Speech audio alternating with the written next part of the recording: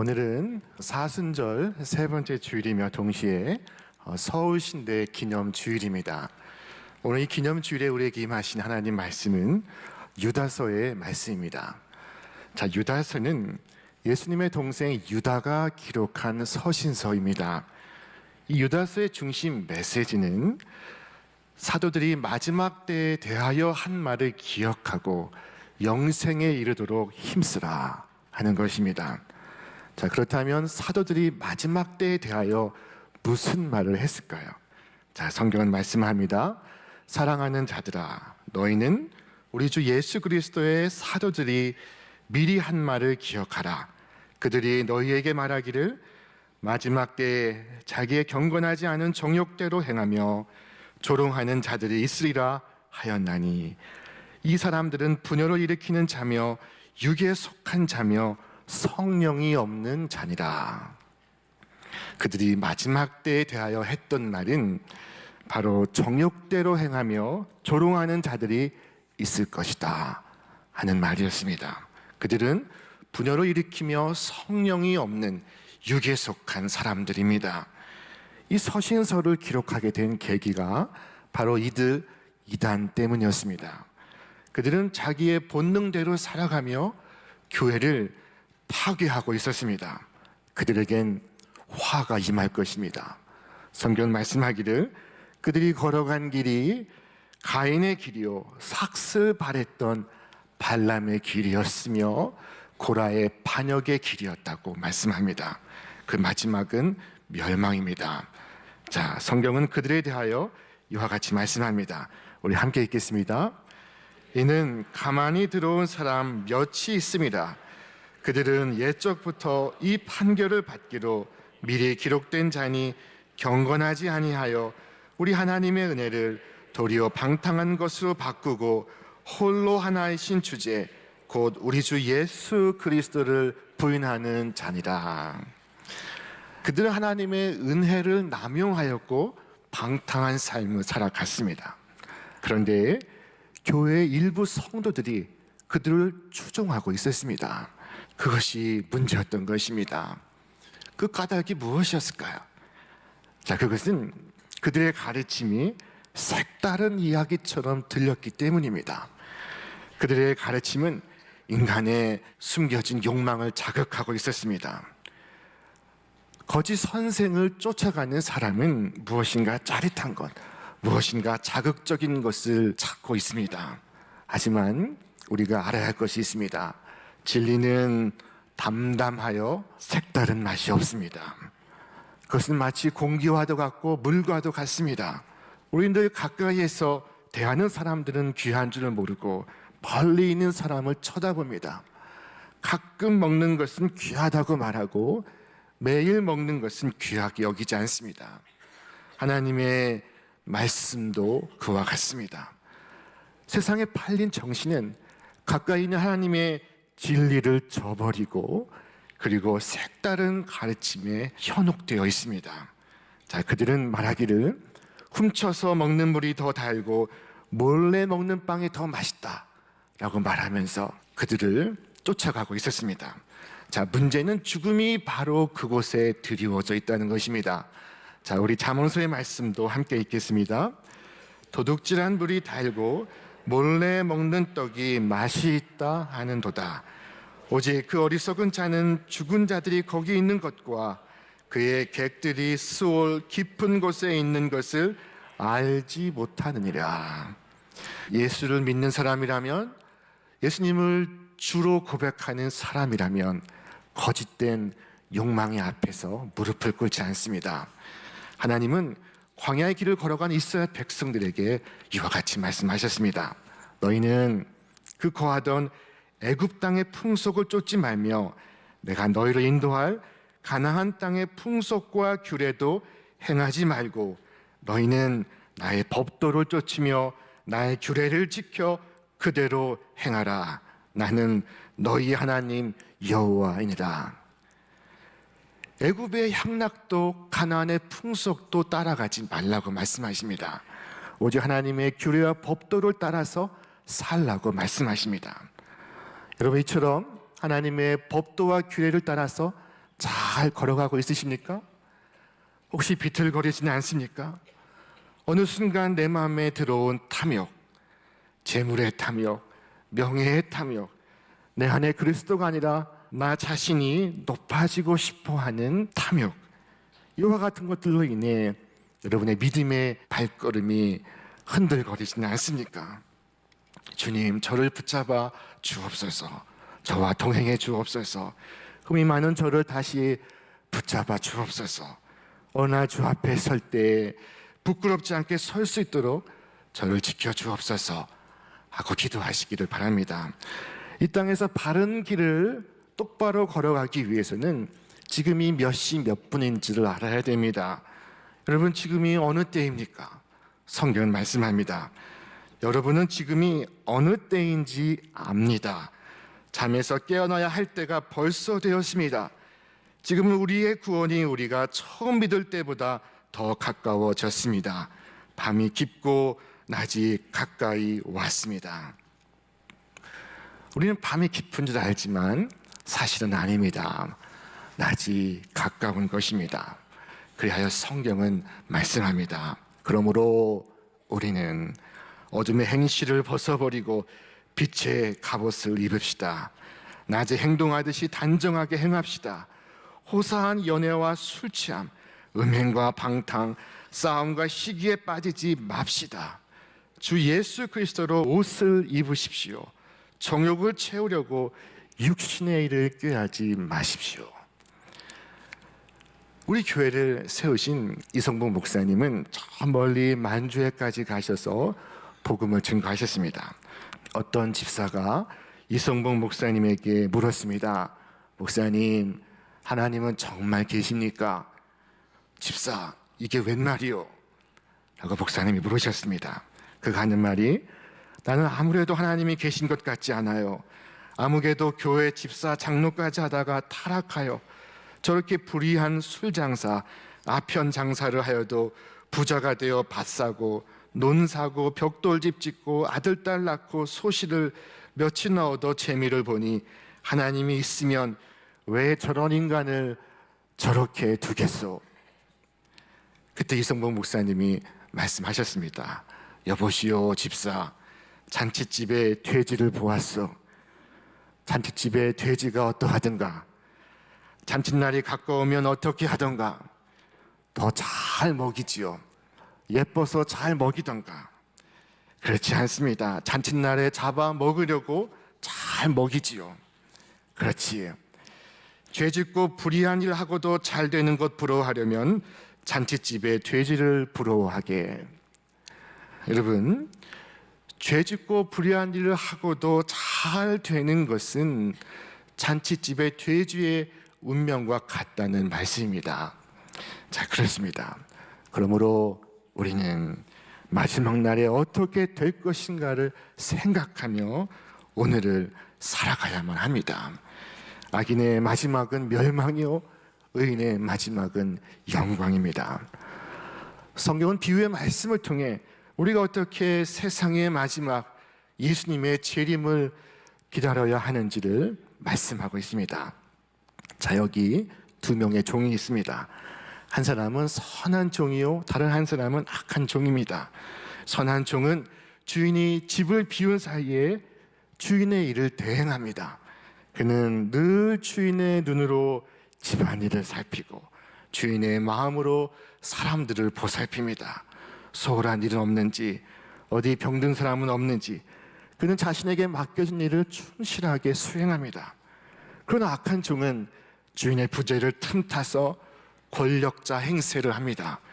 돌보라고 맡겨진 사람을 때리고 술 친구들과 함께 어울려 술을 마시고 먹고 호기를 부립니다. 그는 그 순간을 연장하고 싶어서 스스로 최면을 겁니다. 주인은 금방은 오지 않을 거야. 자, 성경은 말씀합니다. 만일 그 악한 종이 마음에 생각하기를 주인이 더디 오리라 하여. 자, 주인은 분명히 내가 속히 오리라 말씀을 하였는데 그는 스스로 더디 오리라 말하고 있습니다. 그렇다면 주인이 더디 오게 될까요? 여러분, 학생이 시험은 오지 않을 거야, 오지 않을 거야. 아무리 스스로에게 말해도 학기만 시험은 기어이 오고야 맙니다. 자, 그것은 이루어지지 않는 바람에 불과합니다. 주인은 생각하지 않은 날에, 준비되지 않은 그날에 돌아옵니다. 그때 악한 종에게 주어지는 형벌은 가혹한 것입니다. 성경은 말씀합니다. 엄히 때리고 외식하는 자가 받는 벌에 처하리니 거기서 슬피 울며 이를 갈리라. 그러나 반면에 충성되고 지혜로운 종은 최선을 다해 주인의 뜻에 따라서 맡기신 일에 충성을 다합니다. 보이지 않아도 주인의 임재와 함께 일합니다. 임재의식을 가집니다. 주인의 뜻을 묻고 주인의 뜻을 생각하며 주인의 입장에 서서 일을 처리합니다. 사람들을 주인의 마음에게로 돌이키게 합니다. 그러나 악한 종은 자신들이 스스로 지혜 없다고 생각하고 착한 종을 바라보며 어리석고 답답하다고 말합니다. 주인이 보지 않고 주인이 오지 않는데 꼭 저렇게까지 할 필요가 있나? 악한 종은 시간이 많다고 생각하고 있습니다. 주인의 부재를 즐기며 자신이 주인 노릇을 하고 있습니다. 임재의식이 아닌 부재의식을 갖고 살아갑니다. 사실상 주인은 없고 자신이 주인입니다. 종의 신분을 망각합니다. 자신에게 주어진 권위를, 기회를 남용합니다. 성경은 말씀하기를 동료들을 때리며 술 친구들과 더불어 먹고 마시게 되면, 동료들을 때리고라는 이 말씀은 돌보는 것이 아니라 학대하고 분쟁하며 분열을 일으킴을 말씀하는 것입니다. 술 친구들과 더불어 먹고 마시고라는 말씀은 방탕함과 술 취함과 육신의 정욕을 추구함을 의미합니다. 그들은 오늘 유다서의 말씀처럼 이 사람들은 원망하는 자며 불만을 토하는 자며 그 정욕대로 행하는 자라. 그 입으로 자랑하는 말을 하며 이익을 위하여 아첨하느니라 라고 말씀합니다. 자, 이런 사람에게 주님의 재림은 갑작스러운 일이 됩니다. 큰 심판을 피할 수가 없습니다. 예수님의 재림은 예수님의 초림과 같지 않습니다. 예수님의 초림은 모든 사람을 관용하지만 예수님의 재림은 모든 사람을 심판합니다. 지옥이 없다면 하나님은 정의롭지 않습니다. 악에 대한 심판이 없다면 하나님은 사랑이 아니십니다. 우리는 지금 다시 오시는 주님을 기다리고 있는 중입니다. 주께서 다시 오실 그때 누군가는 영생의 심판으로, 누군가는 영벌의 심판으로 나오게 될 것입니다. 이 재림의 신앙은 성도를 성도답게 하고 목사를 목사답게 하고 교회를 교회답게 하는 것입니다. 우리 성결교회는 예수님의 재림을 특별히 강조합니다. 이 재림 신앙으로 인해 성결교회는 일제치하에 큰 박해를 받았습니다. 일제는 주께서 다시 오신다라는 이 사상을 극히 싫어했습니다. 주께서 오신 그날은 이 땅의 가짜 주인들에겐 종말의 날이기 때문입니다. 그날은 그들에게 심판의 날이요 재앙의 날입니다. 일제는 이 재림의 심판이 일본의 국채를 손상시킨다 규정하고 1943년 우리 성결교회를 강제로 해산시키고 교단 신학교를 폐쇄했습니다. 교단 신학교를 폐쇄하는 것은 교단의 목회자 양성을 중지시킨 것입니다. 오늘 우리 교회는 우리 교단의 신학대학 주일로 지키고 있습니다. 우리 교단의 성직자를 양성하는 고등교육기관은 서울신학대학교입니다. 서울신학대학교는 올해로 109년을 맞게 되었습니다. 일제치하 이성문 목사님은 이 신학교에 많은 사람을 보내어 훌륭한 목회자가 되게 하셨습니다. 그들에게 장학금을 주어서 공부를 끝까지 마치게 하셨습니다. 그 중에 문준경 전도사님도 계시고 박봉진 목사님도 계십니다. 성결교회가 해산이 되고 성직자들이 체포가 될 때 박봉진 목사님 역시 주님의 재림을 선포하다가 체포가 되었습니다. 일본 순사가 목사님을 신문했습니다. 너는 무슨 이유로 신사참배를 거부하느냐? 하나님 외에는 참 신이 없다고 믿기 때문에 나는 신사에 절을 할 수가 없소이다. 이 간단한 문답 이후에 이어진 상황은 참혹한 고문이었습니다. 그러나 박 목사님은 나는 하나님 앞에서 사는 것이지 인간 앞에서 사는 것이 아니다 하고 끝까지 거부했습니다. 결국 체포된 지 14개월 만에 박봉진 목사님은 순교를 하셨습니다. 목사님이 별세하신 것은 해방을 정확히 1년 앞둔 1944년 8월 15일 새벽 4시, 그의 나이 53세였습니다. 박봉진 목사님의 죽음을 애통해한 이성봉 목사님은 그 유명한 찬송을 지었습니다. 사람을 보며 세상을 볼 때 만족함이 없었네. 가시밭에 백합화 예수 향기 날리니. 이성봉 목사님은 말씀했습니다. 가시밭이 백합화에게 불행은 아니다. 우리가 이 땅에 살 동안 많은 고난을 겪고 세상적으로 성공하지 못했다고 하더라도 너무 서러워하거나 한탄하지 말자. 고난은 잠시뿐이다. 그러나 하나님의 나라는 영원하다. 오늘 유다서는 우리에게 우리의 영혼을 도적질하려는 이들을 경계하며 두 가지 삶의 조언을 주고 있습니다. 그 첫째는 거룩한 믿음을 토로 삼아서 자신을 건축하는 것입니다. 우리는 우리 자신을 지어가는 건축가들입니다. 우리는 거룩한 믿음 위에서 삶을 지어가고 있습니다. 자, 이때 거룩한 믿음이란 사도가 전하여준 그 믿음을 의미하는 것입니다. 갈릴리의 그 어부들이 배와 그물을 버려두고 주님을 따라갔습니다.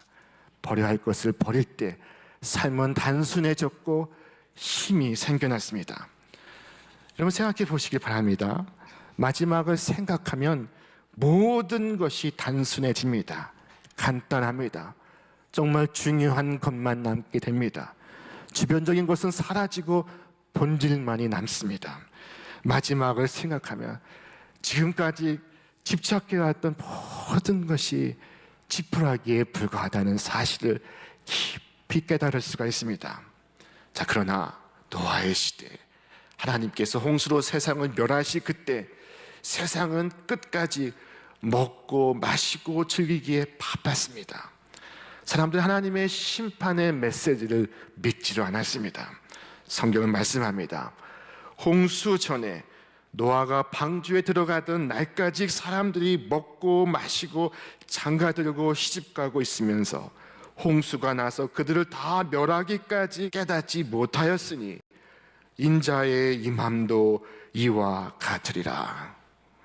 그러나 노아는 거룩한 믿음 위에서 방주를 건축하고 있었습니다. 끝까지 인내와 소망 중에 방주를 세워갔습니다. 자, 이처럼 자신을 세우는 것은 가만히 앉아서 기다리는 것을 의미하는 것이 아닙니다. 주님의 때를 위하여 열심히 주어진 임무를 수행하는 것입니다. 성경은 말씀하십니다. 그러므로 내 사랑하는 형제들아, 견실하며 흔들리지 말고 항상 주의 일에 더욱 힘쓰는 자들이 되라. 이는 너희 수고가 주 안에서 헛되지 않은 줄 압니다. 자, 둘째는 다시 오실 예수님을 기다리며 자신을 지켜가는 것입니다.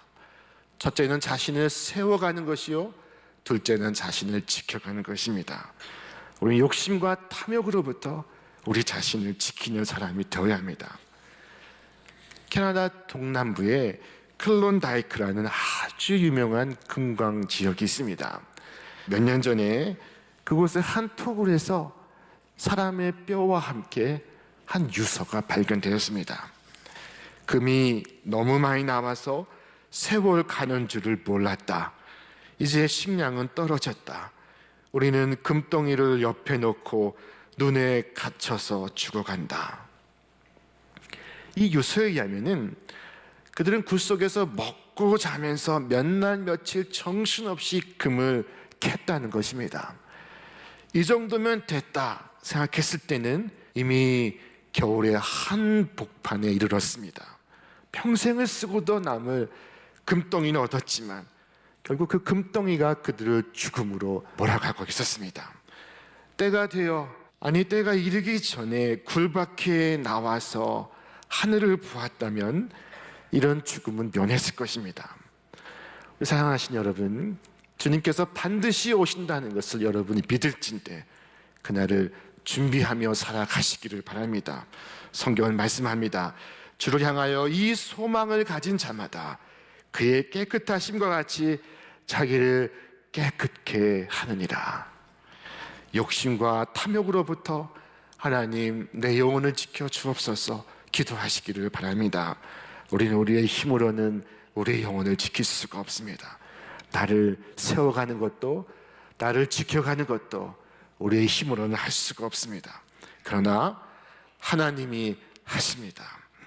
여러분을 넘어지지 않게 지켜주시고 여러분을 흠이 없는 사람으로 자기의 영광 앞에 기쁘게 나서게 하실 능력을 가지신 분, 곧 우리의 구주이시며 오직 한 분이신 하나님께 영광과 위엄과 주권과 권세가 우리 주 예수 그리스도로 말미암아 영원 전에와 이제와 영원까지 있기를 빕니다. 아멘. 우리를 넘어지지 않게 지켜주시고 흠없이 영광 중에 하나님 앞에 서게 하실 그 주체가 누구입니까? 나입니까? 하나님이십니까? 자, 우리를 넘어지지 않게 하시고 우리를 흠이 없이 하나님의 영광 중에 기쁘게 서게 하실 그분은 하나님이신 것을 믿으시기를 바랍니다. 오늘 유다는 이 믿음 가운데 확고히 서지 못한 사람들, 곧 연약한 사람들을 구원할 것을 우리에게 명하고 있습니다. 이 지옥불의 가장자리에 서 있는 영혼들을 불에서 끌어내라고 말합니다. 그냥 놔두면 파멸할 수밖에 없습니다. 여러분, 어느 무엇도 우리의 생명보다 귀한 것은 없습니다. 예수를 믿는 것은 이 생명이 달린 문제입니다.